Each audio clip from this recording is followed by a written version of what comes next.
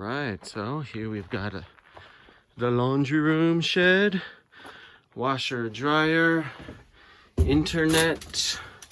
You can see there's the drain going outside and there's the water inlet going in.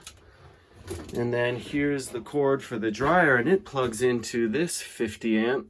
This is a 30 amp and this is a 15. And this is an RV pedestal, which is supposed to be underground. It's a direct burial, so you can put it into the ground to about here and then have an RV hookup.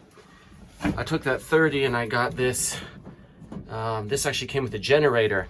It's a 4-prong thing, it twists, and then you can put these outlets here. So I've been running these for whatever use with confidence. And then I've got the generator right here. And the generator has 50, 30, 15 as well. Actually, 2 different types of 30s. That's the 4-pronged one. And that's the 3-pronged one. Here's my 15, here's my 50. All right. And so this foundation